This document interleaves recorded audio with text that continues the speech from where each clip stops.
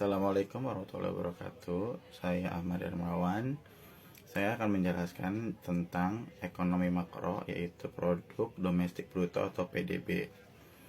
Saya dari kelas manajemen RC2.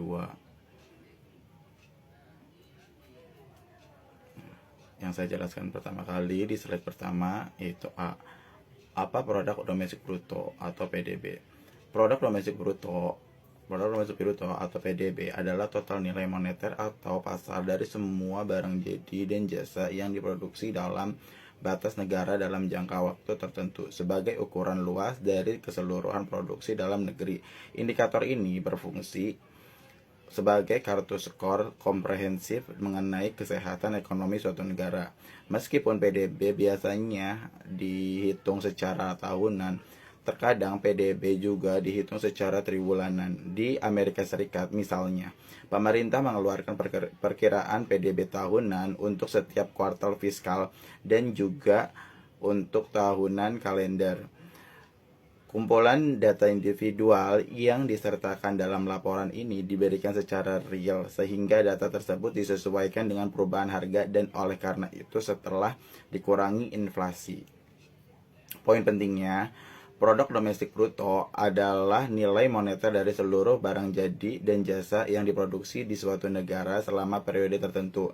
PDB memberikan gambaran perekonomian suatu negara yang digunakan untuk memperkirakan ukuran perekonomian dan tingkat perubahannya. Selanjutnya, PDB dapat dihitung dengan 3 cara, menggunakan pengeluaran produksi atau pendapatan dan dapat disesuaikan dengan inflasi dan jumlah penduduk untuk memberikan wawasan yang lebih mendalam.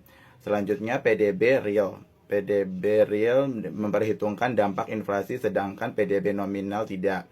Meskipun mempunyai keterbatasan PDB adalah alat utama untuk memandu pembuatan kebijakan investor dan dunia usaha dalam pengambilan keputusan strategis. Yang B, memahami produk domestik bruto PDB.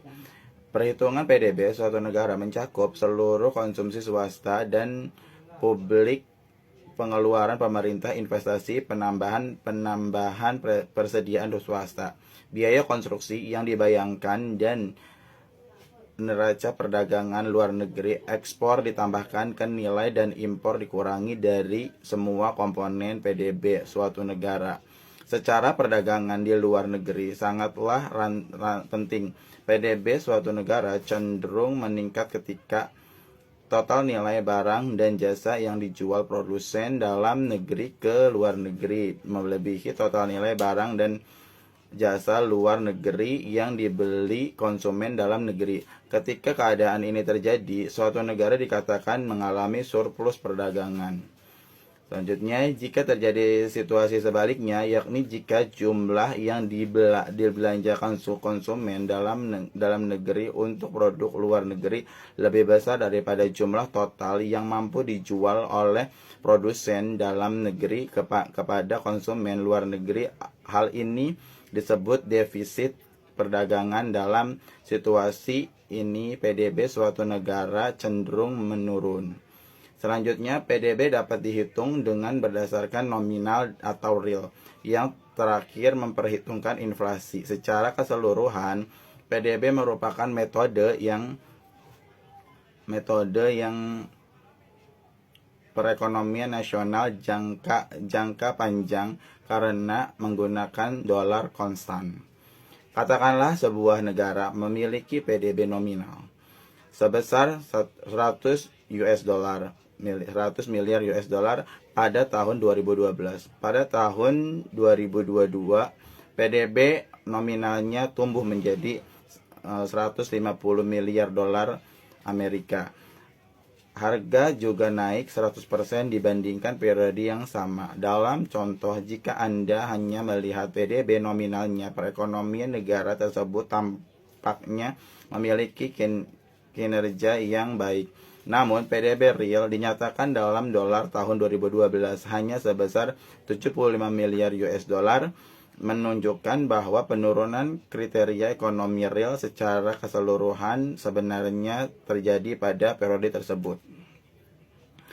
Inilah tingkat kenaikan tahunan PDB Amerika Serikat pada kuartal ketiga tahun 2023. PDB Amerika Serikat tercatat kenaikan sebesar 2,1% selama kuartal kedua tahun 2023. Di tahun 2028, kisaran dari 14.000 meningkat menjadi 15.000. Dan 2010 meningkat lagi menjadi 16.000. Dan 2012 meningkat lagi sebanyak 17.000. Dan 2014 meningkat lagi sebanyak 20.000. 2016 meningkat lagi sebanyak 22.000.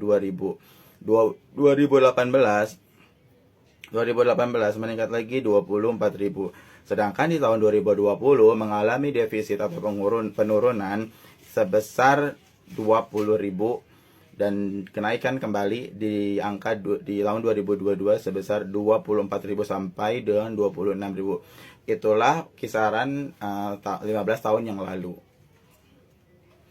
C. Jenis produk domestik bruto. Yang pertama, PDB nominal. PDB nominal adalah penilaian produksi ekonomi suatu perekonomian yang memasukkan harga berlaku dalam perhitungannya. Dengan kata lain, hal ini tidak menghilangkan inflasi atau laju kenaikan harga yang dapat meningkatkan angka pertumbuhan. Yang kedua, PDB real. PDB real adalah ukuran yang disesuaikan dengan inflasi yang mencerminkan jumlah barang dan jasa yang diproduksi oleh suatu perekonomian pada tahun tertentu dengan harga yang dijaga konstan dari tahun ke tahun untuk memisahkan dampak inflasi atau deflasi dari tren output pada waktu itu ke waktu. Karena PDB didasarkan pada nilai moneter barang dan jasa, maka PDB dapat dipengaruhi oleh inflasi. Yang ketiga, PDB per kapita adalah ukuran PDB per orang dalam populasi suatu negara. Hal ini menunjukkan bahwa output atau pendapatan per orang dalam suatu perekonomian dapat menunjukkan produktivitas rata-rata atau standar hidup rata-rata.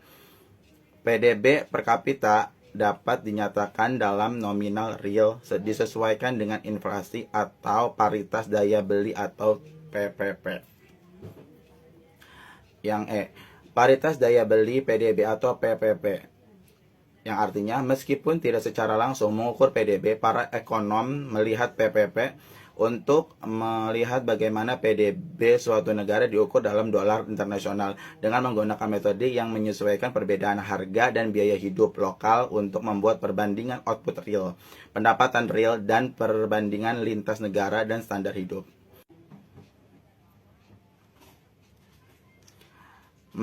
Kesimpulannya, produk domestik bruto adalah ukuran yang berupaya untuk menangkap output perekonomian suatu negara-negara dengan PDB yang lebih besar akan menghasilkan lebih banyak barang dan jasa dan umumnya memiliki standar hidup yang lebih tinggi.